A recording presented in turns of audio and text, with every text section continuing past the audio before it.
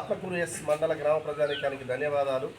తెలంగాణ సాంస్కృతిక సారథి కళాకారులమైన మేము గ్రామాన ప్రజలకు సీజనల్ వ్యాధుల పట్ల, అంటు రోగాల పట్ల ప్రజలకు ఆటపాటల ద్వారా కళా ప్రదర్శనలు ఇస్తూ ఈరోజు మన గ్రామానికి రావడం జరిగింది. అదేవిధంగా ప్రభుత్వం చేపట్టినటువంటి వివిధ సంక్షేమ పథకాల్లో భాగంగా రైతు భరోసా వలన రైతులు ఏమి లాభాలు పొందుతున్నారో దానిపై ఒక పాట. రైతు భరోసా రాగమెత్తిందో